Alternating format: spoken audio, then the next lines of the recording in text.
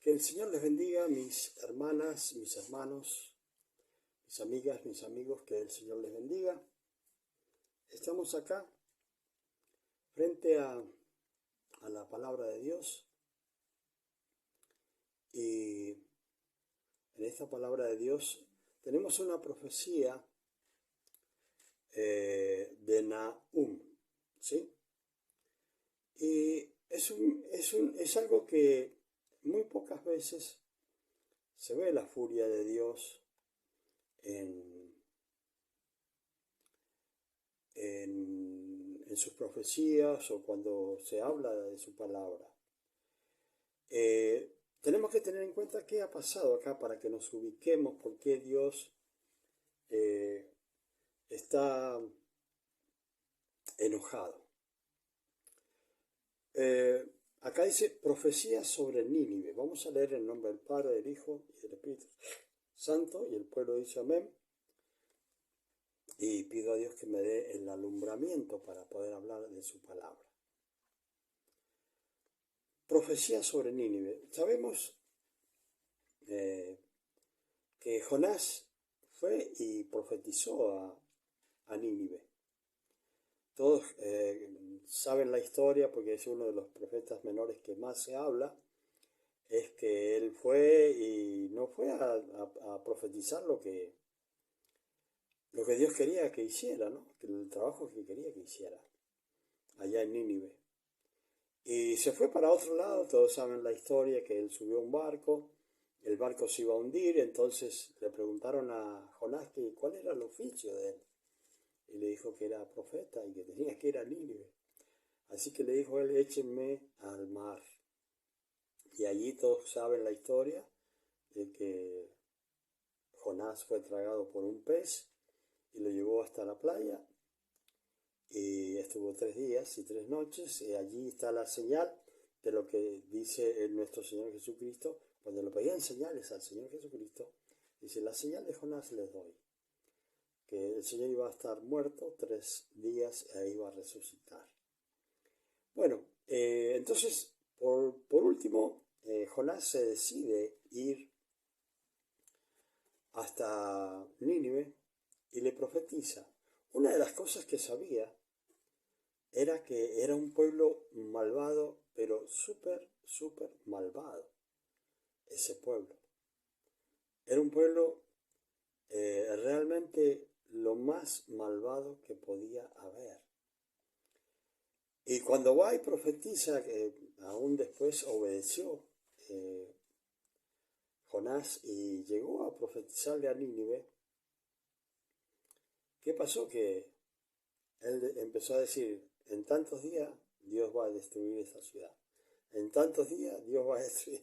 Iba contando los días y iban quedando menos días. Hasta que llegó a oídos del rey en ese tiempo, y el rey ordenó que comenzaran a hacer ayunos. ¿Y sabe qué? Desde el rey hasta todos los habitantes y los animales tuvieron que hacer ayuno. Entonces, ¿qué sucedió? Que Dios los iba a destruir. Pero ¿qué hicieron ellos? Obedecieron a la profecía, se arrepintieron, y eso duró por un tiempo, ¿sí? Ya se imaginan, cuando viene a profetizar Nahum, ya había pasado unos 150 años más o menos, para que tengan una idea. Entonces toda la gente se había olvidado ya de esa profecía, se había olvidado de hacer lo que tenían que hacer, estar bien con Dios. Porque lo que Dios quiere es que estemos bien con Él. Ese es su interés, ¿sí? Y bueno, hicieron el ayuno y 120.000 personas se salvaron de la destrucción en ese tiempo. Pero al pasar ya los 150 años nadie tenía recuerdo de lo que había pasado. Y Dios vuelve allá a profetizarlo a través de Nahum. Nínive era la capital de Babilonia y así como usó en una oportunidad para la profecía contra Judá, así y para destruir a Judá, usando un malo para destruir al pueblo de Dios, así también usó Dios a Nabucodonosor para destruir la ciudad capital de Babilonia. Y bueno, fue algo tremendo porque los asirios ellos creían que eran en realidad el imperio más grande. Pero hay que tener en cuenta, y quiero que todo el mundo sepa y entienda, que todos los imperios caen. Todos los imperios caen. No hay ninguno que no haya caído. Este era un gran imperio y uno más grande de aquellos tiempos. Y estaba también la tierra de Nabucodonosor, ¿no? Babilonia. Y bueno, Dios usó, así como usó para castigar a Judá, Dios usó para castigar a Nínive, que se creía que nadie lo podía derrotar, ¿sí? Nínive, como les digo, era la capital de Asiria. Y entonces ya, pasados esos años, ya vuelve a profetizar Dios contra ese pueblo, ¿sí? Ya vuelve a profetizar de tal forma que en esta profecía no es ya, digamos que es una profecía final, donde los va a destruir totalmente. No va a perdonarles ya como lo hizo en el tiempo que fue Jonás a darle la profecía, ¿cierto? Sino que ahora ya Dios está dispuesto a destruir a Nínive. Y Dios, yo creo que ustedes no habrán visto casi palabras como las que hay acá, en este libro de Nahum, que son 3 capítulos, pero realmente son 3 capítulos estruendosos. En el primero tenemos aquí en el tiempo que habla Nahum, él estaba contento por la profecía que estaba dando. Después se pone a cantar por la alegría de que va a destruir a Nínive, Nahum, y después ve la destrucción que Dios hace, ¿sí? Ya en el 3er capítulo. Pero acá empezamos por el 1er capítulo, donde, bueno, se presenta Nahum. Elcos se supone que podría ser de algún pueblo, porque acá dice que Nahum era de Elcos, de allí posiblemente de Judá, en un pueblito por ahí, una aldea, posiblemente, no se sabe bien con certeza dónde se había creado Nahum, pero sí, algunos dicen que también conocía a Siria. Ahora, fíjense ustedes, Nahum, Jonás fue a profetizarles allá, pero Nahum no quería ir allá, ¿sí? Y entonces él da la profecía a Nínive y dice: Jehová es Dios celoso y vengador. Y esto es para que nosotros lo tengamos en cuenta, ¿sí? Dios es celoso y vengador, para que nosotros tengamos en cuenta de cómo es Dios. Tenemos que ver que Dios, lo dice en Éxodo capítulo 20, ¿sí? Donde dice que él dice: yo soy un Dios fuerte y celoso, que visito la 3.ª y 4.ª generación de los que me aborrecen. Aborrecer a Dios se puede entender en el lugar que lo ponemos a Él, ¿sí? Si no lo ponemos en el primer lugar a Dios como corresponde, Dios lo tenemos en un segundo, tercero, o tal vez no existe para nuestras vidas Dios, ¿sí? pero lógicamente, quiero decirlo, para mí sí existe, para usted existe, pero hay personas que Dios no lo tienen en cuenta, ¿sí? Y Él es un Dios celoso, dice. ¿Y por qué es celoso? ¿Y por qué castiga a estos pueblos? Primero que nada los castiga por la idolatría. Segundo, los castiga porque son pueblos muy malos, muy malos. Entonces, ellos pensaban que ellos eran la propia justicia para todo el mundo, hacían lo que querían, devastaban pueblos, ciudades, hacían lo que querían y se apoderaban absolutamente de todo. Y fíjense que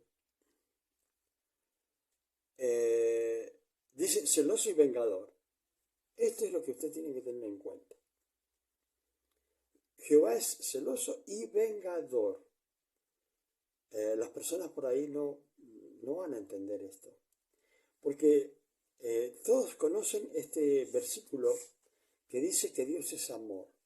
Pero las personas no tienen en cuenta que también es un Dios de fuego consumidor. En este momento, o sea, todo el mundo cree, sí, no, yo puedo pecar, me voy a arrepentir y Dios después me va a perdonar. Pero eso está en la mente de nosotros que pecando, Dios nos va a perdonar porque nosotros queremos. Y Dios nos va a perdonar si Él quiere perdonarnos. ¿Sí? No es que nosotros nos vamos a imponer a Dios y le vamos a decir, bueno, me tenés que perdonar porque vos sos un Dios perdonador. No, Él es celoso, celoso de tu vida, de tu hogar, de tu familia, ¿sí? Es celoso de todo. Por eso mandó a Jesucristo para recuperarnos, ¿sí? Por su muerte, por su sacrificio, pagar nuestras deudas y tener entrada a la gracia que es en Cristo Jesús, Señor nuestro, y poder entrar a la presencia de Dios. Ahora, dos cosas hay acá. Es celoso y vengador. Yo quiero que ustedes entiendan que yo estuve en una iglesia en la cual allí tuve mi maestro, tuve una iglesia donde estuve 22 años y bueno, allí me desarrollé, viajé a muchos lugares del mundo, pero lamentablemente mi maestro, el cual yo tomé todo lo bueno de él, pero no lo malo, él estaba haciendo lo malo. Y un día yo hablé con él, o sea, un día me retiré de la iglesia y él, yo era muy amado por el pastor, me daba todas las oportunidades, sé que venían de Dios, pero él permitía también. Y resulta que la gente sabía de su pecado. Y yo cuando estuve predicando recorrí lugares que él había vivido antes y supe cuál era el pecado. Y ese pecado que él tenía, que era de adulterio, también se puede decir que toda la organización, la mayoría, estaban contaminados con ese pecado. Porque decían, bueno, si el presidente lo hace, ¿por qué no lo voy a hacer yo? Y todos parece que tenían ese pensamiento. Y mucha gente en la iglesia oraba para que él se fuera. Y seguían pasando el tiempo. Entonces un día yo volví a la iglesia y me puse cara a cara con mi maestro. Y yo le dije, mire, ¿usted quiere saber por qué me fui? Bueno, me fui porque la gente habla mucho de usted, habla mal de usted. Y yo ya no lo soporto más. ¿Y qué pasó? Que él me dijo, bueno, mire la iglesia como está, Y había gente, y es la verdad, había gente. Pero, ¿qué pasa? La gente peca y Dios no se toma ligero la venganza. Él se tarda. Y pasó un tiempo, la gente oraba, ¿y qué pasó? Que un día desapareció de la iglesia, dejó otra persona. Y pasado un tiempo, tuvo que venir y confesar el pecado delante de las personas, volver a la iglesia para confesar su pecado. O sea que muchas veces decimos nosotros, bueno, esta persona peca y nadie le dice ni hace nada. Pero ¿qué sucede? Que tarde o temprano Dios se toma lo que se llama aquí la venganza. ¿Por qué? Y bueno, porque creemos que Dios no va a actuar, que Dios no va a hacer nada. Pero cuando menos lo piensa, esa persona desaparece. Este es el pensamiento que tenían también este pueblo. Bueno, Dios se ha olvidado de la profecía. Los que ya habían eran personas nuevas en ese pueblo de Nínive, en esa ciudad. Entonces, todo sería normal. Entonces,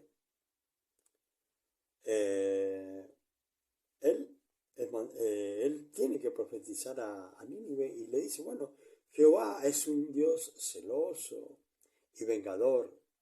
Jehová es vengador y lleno de indignación. Yo sé que muchos han escuchado la palabra de Dios. ¿Cuántas veces han visto que diga que Jehová es vengador y lleno de indignación? Cada uno de nosotros, de los que estamos compartiendo la palabra en este momento, por cierto que estaba Silvia Basualdo ahí en la primer parte y 250 personas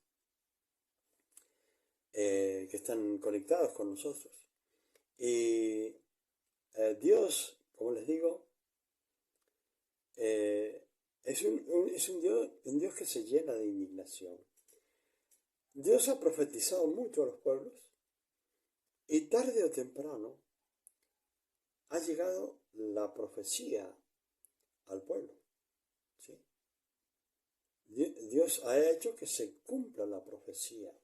Cuando ya estaban todos olvidados y no son eternos, Dios es eterno y Dios ha hecho la profecía y la profecía que Dios dice se tiene que cumplir. Hay personas que quieren permanecer en el Evangelio, pero no pueden estar en el Evangelio y cambiar de vida, sino que siguen siendo igual que antes. O sea que se supone que llegamos al Evangelio y tiene que haber un cambio en nuestras vidas, que se note que estamos en el camino con Cristo. Pero si seguimos con las mismas cosas, quiere decir que Cristo no está en nosotros. Por más que digamos que sí, yo tengo fe en Dios, yo creo en Dios, yo esto, lo otro. Yo conozco muchas personas que creen eso, pero no cambian. Esas personas no cambian, siguen igual. ¿Sí? Entonces, Dios quiere que nosotros cambiemos, pero para bien, no para mal. Dios todo el tiempo está sufriendo, así se los voy a decir para que me lo entiendan, sufriendo de celos por nosotros.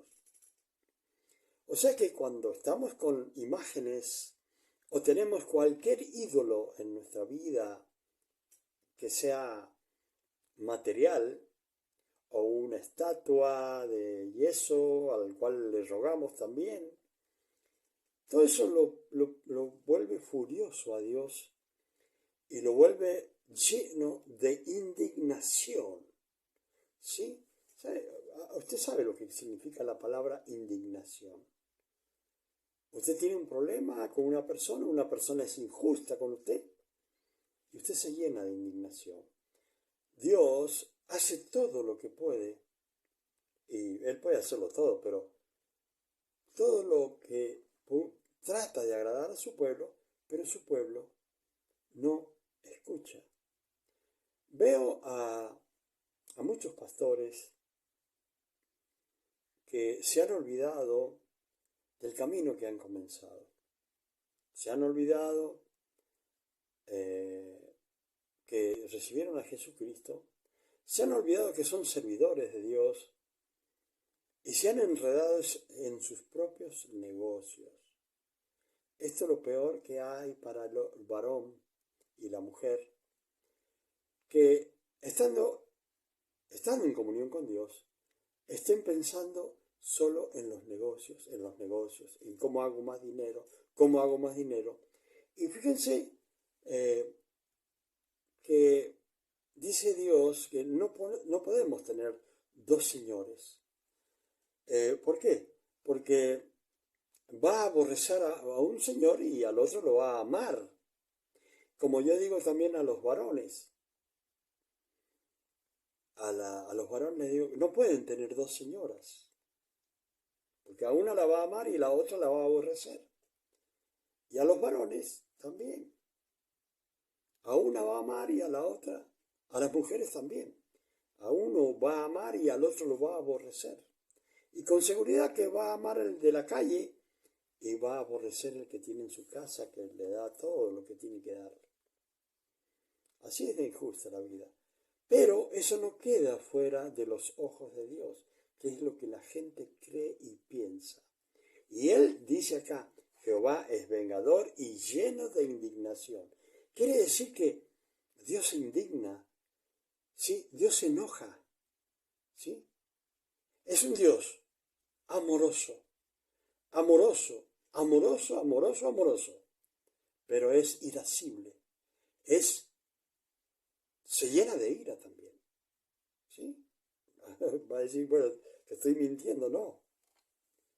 Acá dice lleno de indignación. ¿Qué significa eso? Lleno de ira. O sea, según cómo actuemos con Dios, Dios va a actuar con nosotros.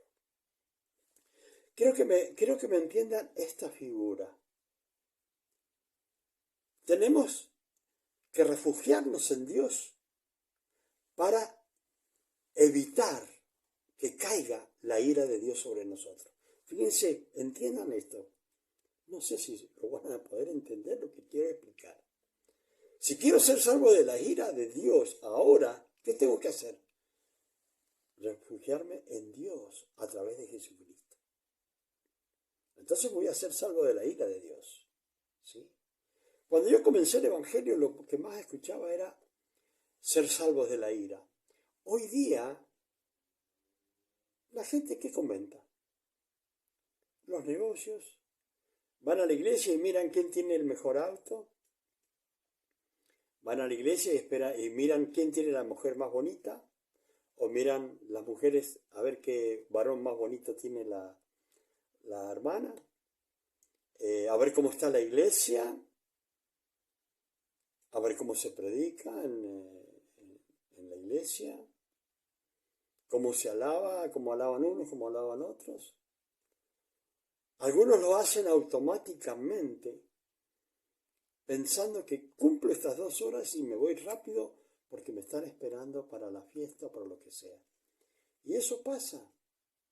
O sea que mientras estamos en la iglesia no estamos con la intención de adorar, de acercarnos a Dios, sino que cuando estamos en la iglesia estamos más alejados que nunca porque estamos pensando en lo de afuera y no en lo que estamos viviendo en ese momento, que es la adoración a Dios y escuchar su palabra. La palabra, si no la escuchamos, no cambiamos. O sea, si no la escuchamos, no aprendemos. Y si aprendemos, vamos a cambiar. Pero si la escuchamos livianamente, no vamos a cambiar. Entonces hay que tener cuidado acá cuando dice que Jehová es vengador y lleno de indignación. O sea que siempre las personas que hacen, mirar al otro, a ver qué hace, ¿sí? Y dice, no, pero Dios no le va a hacer nada porque se va a arrodillar, le va a pedir perdón a Dios y Dios lo va a perdonar. Pero yo siempre digo, eh, ¿qué pasa si es la última oportunidad que tiene para que Dios lo perdone? ¿Sí? Es buscar a Dios mientras pueda ser hallado. Hallarle mientras está cercano. ¿Sí? La gente no busca a Dios. ¿Sí? No busca a Dios. No le llama. Solamente cuando se le va a morir un hijo o tiene un problema grave de muerte con cualquier persona, entonces clama a Dios y dice, bueno, puede ser que Dios me salve, ¿no? Pero ¿qué pasa? ¿Qué pasa si Dios no lo salva? ¿Sí? ¿Qué pasa si Dios no quiere ya salvarlo? ¿Por qué? Porque ustedes fíjense lo que sucede con todas las personas. A todas las personas les llega la indignación también. Y cuando tienen que perdonar, por ejemplo, a un joven que va al colegio, que hace las mismas cosas siempre, la gente ya no cree. ¿Y qué le pasa a la gente? Le da indignación. Y cuando ven la oportunidad se van a vengar de esa persona por no escuchar los consejos. Dios es igual. Si nosotros no escuchamos a Dios, no entendemos que es celoso, pero a la vez es vengador. Que Dios es amor, pero Dios es fuego consumidor. Acuérdense de eso. Ese versículo tiene dos partes. ¿Sí? Entonces, tenemos que tener en cuenta que Dios no está jugando, nos está llamando, ¿sí? Para que vayamos a su presencia. Dice, se venga de sus adversarios. Fíjense bien, los adversarios que tiene Dios. Porque yo conozco muchas personas que blasfeman contra Dios, contra el Espíritu Santo. ¿Sí? Y las personas piensan que está bien porque su boca está libre para decir eso, como su corazón. Pero hay que tener cuidado, porque nosotros no debemos convertirnos en enemigos de Dios. Dice, el que se hace amigo del mundo, dice en Juan, se constituye enemigo de Dios. Entonces, si usted, fíjense lo que dice acá, se venga de sus adversarios y guarda enojo para sus enemigos. Fíjese bien, él guarda el enojo para sus enemigos. O sea que, si usted está en el mundo, si está en el mundo, Dios lo llama, se acerca, acepta a Cristo y se va al mundo de nuevo, usted se constituye el enemigo, o el que sea, el que lo haga, el enemigo de Dios. Y Dios va a tomar venganza. ¿Cuál es la peor venganza que puede tomar? Mandarlo al infierno a las personas.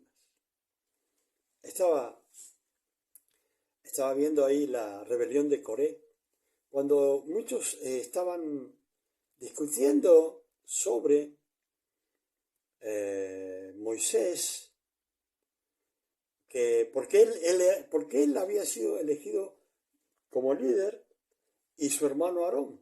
¿Por qué? Pero hay que entender que porque Dios lo quiso así. Lo que hagan, Dios puede elegir todos los líderes como lo hace en el mundo, como yo veo, como he visto. Miles de pastores he visto. Y cada uno actuaba según como quería. Recuerdo que había un pastor que se llamaba Amado, miren qué nombre, qué apellido lindo. Pero resulta que estaba en adulterio. Y me rogaba que fuera a su iglesia.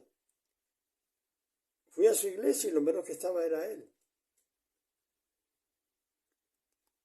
Y yo todavía no sabía que estaba en pecado. Hasta unos días después me di cuenta, me enteré, lo vi. Y él pensaría que Dios no iba a tomar venganza por ese delito contra Dios, siendo un servidor de Dios, haciendo las cosas del mundo. La mayoría de los pastores incurren, lamentablemente, en el adulterio. ¿Sí? La mayoría de los pastores, lamentablemente, incurren en el adulterio.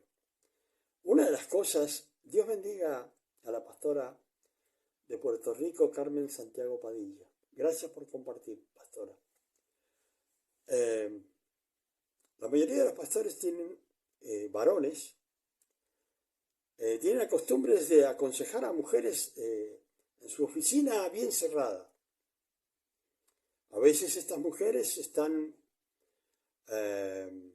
muy frágiles, necesitadas de un apoyo, de un cariño, y muchas veces los pastores aprovechan esta oportunidad, ¿sí?, para terminar conquistando a esa hermana. Gracias, pastora Carmen Santiago. Para aprovecharse de esa situación, ¿sí? ¿Y qué pasa? Comienzan un romance. ¿Y en qué termina ese romance? Yo he visto muchas cosas donde los pastores terminan muertos o la pastora termina muerta por un romance del pastor o por un romance también de la pastora, ¿sí? Entonces, hay que tener en cuenta que no somos cualquier cosa. Servirle a Dios es un privilegio. Es una bendición que Dios nos haya llamado todavía, que nos haya limpiado y que nos enseñe y nos mande a trabajar. Es un privilegio, pero muchos no lo tienen en cuenta. Y creen que el mal que hagan y las mentiras que produzcan, nadie se va a enterar, nadie se va a dar cuenta. Pueden fingirle al pueblo que está todo bien, pero sin embargo, acá Dios, Jehová, es vengador y lleno de indignación, y se venga de sus adversarios y guarda enojo, ¿sí? Guarda enojo. Guarda enojo, ¿sí?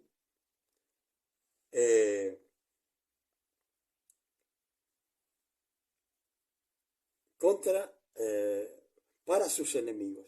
O sea, una de las cosas que tenemos que tener en cuenta, que nosotros personalmente, no tenemos que volvernos enemigos de Dios, sino que si hemos sido llamados, no importa si sabemos mucho o sabemos poco, eso no le interesa a Dios. A Dios no está pidiendo teólogos, Dios está pidiendo hombres y mujeres de fe para servirle. Y servirle de corazón, sin fe fingida.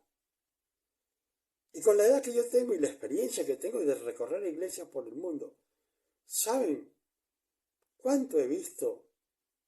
He visto cosas muy buenas, pastores hermosos, pastoras hermosas, ¿sí? En el Señor, en su trabajo, digo, eso es lo que quiero decir, hermosos en su trabajo, en su dedicación. Pero he visto pastores, fíjense lo que voy a decir, bandidos. Y acá no está, cualquiera que cree que se va a escapar, no se va a escapar. Fíjese, Jehová es tardo para la ira y grande en poder. Fíjense bien lo que les digo. Hay que interpretar bien este versículo. Porque cualquiera que le aconseje a usted le va a decir, Dios es tardo para la ira. Como cuando le hable a usted, se le va a decir diciéndole, bueno, sos muy ligero para la ira. Pero yo quiero que entienda esto. Es verdad que somos ligeros para la ira. Dios es tardo para la ira. O sea que, tarde o temprano, la ira de Él va a aflorar, va a aparecer y hay que, ni que se meta debajo del mar, en lo último, allí Dios lo va a encontrar a cualquiera. Entonces, Él es tardo para la ira, pero su ira llega. El pueblo de Nínive se le había profetizado, habían pasado 150 años, y Dios volvía a profetizarle, pero ya no era para perdonarlos, era para decirle lo que iba a hacer con ellos. Los iba a aniquilar de tal forma, que lo podemos ver en el tercer capítulo acá de Nahum, que iba a ser algo desastroso, ¿sí? Y fíjense lo que sucede con... Ellos estaban llenos de todos los botines que habían por todos los lugares que habían ido. Estaban llenos de botines, de oros, de todas clases, de monedas, de todo, dinero, de todos. Y acá en esta profecía, si usted lee el capítulo 3, va a ver cuando Dios le dice, apodérense de todo, de todas las riquezas, de todas las alhajas.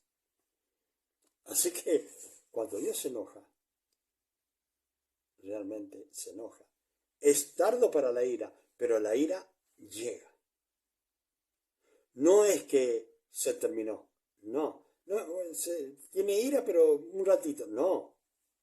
Acá, ¿qué es lo que dice? Guarda enojo para sus enemigos.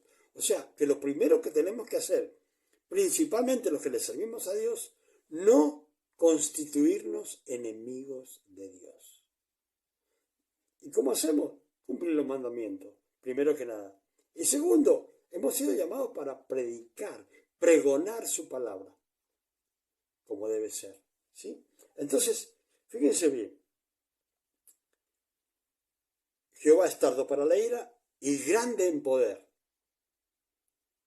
Tiene poder para todo, aunque la gente no lo entiende. Y no tendrá por inocente al culpable. ¿Entiende lo que quiere decir? Hay muchos que están sirviéndole a Dios y hacen lo que se le da la gana. Están pervirtiendo el Evangelio, que ya no es Evangelio, porque el apóstol Pablo decía, no es que haya otro Evangelio. Aun si lo predicara un ángel, otro, supuestamente, que sea maldito. Fíjense bien, es maldito todo aquel que predica y no está exhortando, no está haciendo que las personas recapaciten. ¿Sí? Hemos sido llamados para exhortar, para corregir, no para unirnos con los malvados. ¿Sí? Y dice, no va a tener por inocente al culpable. A aquellos que están en adulterio, no los va a tener por inocente. Jehová marcha en la tempestad y el torbellino, y las nubes son el polvo de sus pies. Para que entienda esta figura, esto quiere decir que cuando va Dios caminando, corriendo, se podría decir, ¿han visto cuando los dibujitos, un dibujito animado corre y que sale como polvo así de lo que va caminando ligero? Bueno, dice que las nubes son el polvo de Dios cuando va corriendo y va a hacer algo en contra de aquellos que están obrando mal. Dice, y las nubes son el polvo de sus pies, dice. Él amenaza al mar y lo hace secar. Cuando se seca, yo estoy viendo que se secan muchos mares ahora, lagos, desaparecen. ¿Y la gente qué dirá? Y no sabe que es Dios el que está secando esos lagos, ¿sí? Y agota todos los ríos. ¿Ha visto que hay ríos que ya no tienen agua? Bueno, Él los agota. Basán fue destruido y el Carmelo, y la flor del Líbano fue destruida. Los montes tiemblan delante de Él. Las cordilleras tiemblan delante de Dios. Y los collados se derriten. O sea que, ¿quién puede ir en contra de Dios? ¿Por qué buscar la ira de Dios? Recién les decía, ¿usted quiere buscar refugio para la ira de Dios? Se tiene que refugiar en Dios a través de Cristo y va a estar cubierto. La ira será para otro porque usted va a estar refugiado en Dios. Dice, la tierra se conmueve a su presencia. Fíjense bien, nosotros vemos los huracanes, como están azotando ahora, principalmente por Cuba, Santo Domingo. Lo hemos visto como son destruidos México. Parte también ha sido destruida de Puerto Rico. Lamentablemente lo digo.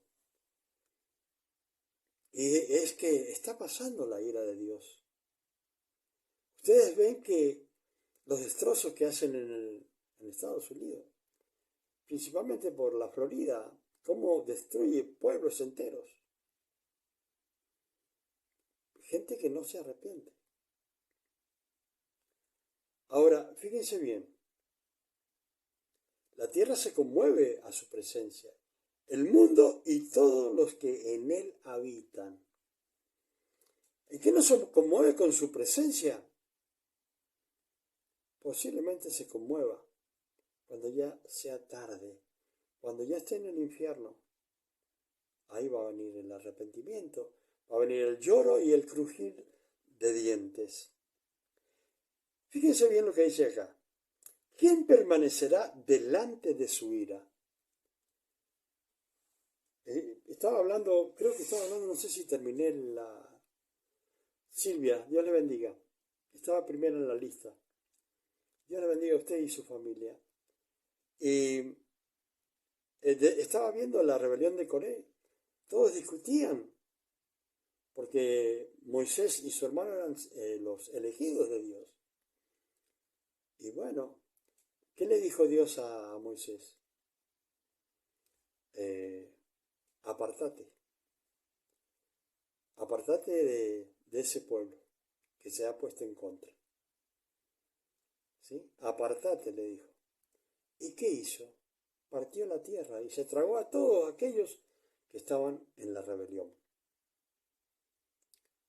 A todos aquellos que estaban en rebelión los mató. Entonces, gracias, hermana Silvia. A todos los mató. Así entendieron que el líder era Moisés. Pero Dios lo defendió porque él estaba haciendo lo que Dios quería que hiciera. ¿Sí? No lo va a defender Dios cuando usted haga lo que no quiere. Dios. Dice, ¿quién va a permanecer delante de la ira, de su ira? Fíjense, cuando hay un huracán, ¿quién puede destruir un huracán? Todos están tratando de llegar a la Luna, de llegar a Marte, a Venus, a qué sé yo cuántos países. Y pueden llegar a lograr sacar fotos y hacer cosas. Pero ¿quién con el poder que pueda tener cualquier país puede parar los huracanes o los terremotos? ¿Quién puede pararlo? Entonces acá dice, ¿quién permanecerá delante de su ira? Si él produce un terremoto, es su ira. Porque Dios bendice a los pueblos que su presidente o su rey y su sacerdote están con Dios. Dice, ¿y quién quedará en pie en el ardor de su enojo? ¿Sí? Cuando Dios se enoja, ¿quién podrá permanecer en pie? ¿Quién podrá permanecer? Pero el mundo sigue pecando. El mundo sigue pecando.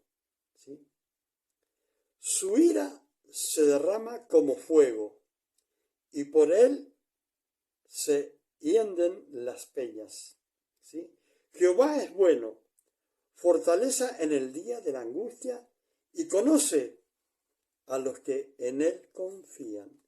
Fíjense bien, Dios ha dicho que se enoja. Dios dice que es vengador. Dios dice que él guarda el enojo para su enemigo. Pero ¿qué está diciendo acá? Jehová es bueno. Fortaleza en el día de la angustia para usted y para mí. Él es fortaleza en el día de la angustia para usted y para mí. Siempre y cuando estemos dentro de la gracia y que estemos bien con Dios. Porque yo no quiero estar en su ira. No quiero estar en su ira. Y dice, fortaleza en el día de la angustia. Y conoce a los que en él confían. Fíjense bien. Hay personas que dicen, bueno, aquel está haciendo esto y lo otro, pero no confía en Dios. Quiere los beneficios de Dios, pero no quiere cumplir los mandamientos de Dios. No quiere vivir en fe, porque para vivir en fe tiene que vivir cumpliendo los mandamientos. ¿Sí? Amén. Enseguida, mi hermana. Para los que permanecen en fe, esos son los que fe y cumpliendo los mandamientos, entonces sí, Dios va a ser bueno y fortaleza en el día de la angustia. Y Él conoce a los que en Él confían. O sea que si hay alguien que tiene fe, fíjese bien, lo dice Pablo a Timoteo, si él ve a alguien de fe fingida, Dios no lo quiere. Porque es un engañador, un mentiroso. ¿Sí? Así que Él conoce a los que en Él confían, más con inundación impetuosa consumirá a los adversarios y tinieblas perseguirán a sus enemigos. ¿Qué pensáis contra Jehová? Él hará consumación. No tomará venganza 2 veces de sus enemigos. Fíjense bien. Acá le está diciendo al pueblo de Nínive que no va a tomar venganza 2 veces de sus enemigos. Les habló en una visión a través de Jonás. Obedecieron, pero después se olvidaron. Y ya la segunda vez,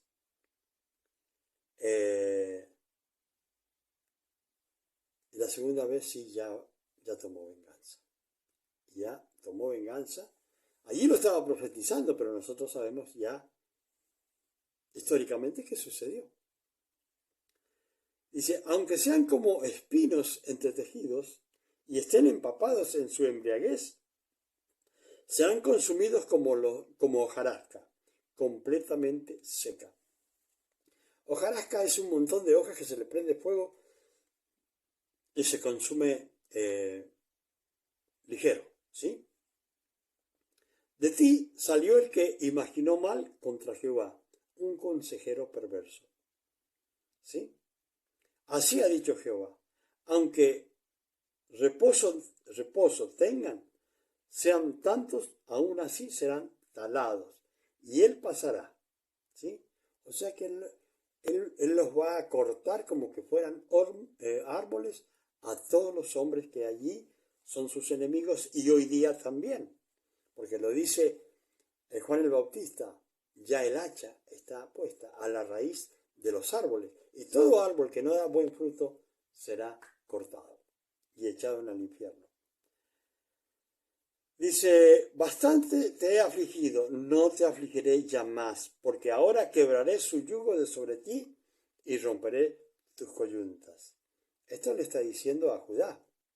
Mas acerca de ti mandará Jehová que no quede ni memoria de tu nombre. Dice, le está diciendo esto a Nínive, le está diciendo, mas acerca de ti mandará Jehová que no quede ni memoria de tu nombre, hablándole a Nínive, de la casa de tu Dios, ¿sí? Le está diciendo Dios a los dioses que tenía Nínive, destruiré esculturas y estatuas de fundición, y allí pondré tu sepulcro porque fuiste vil.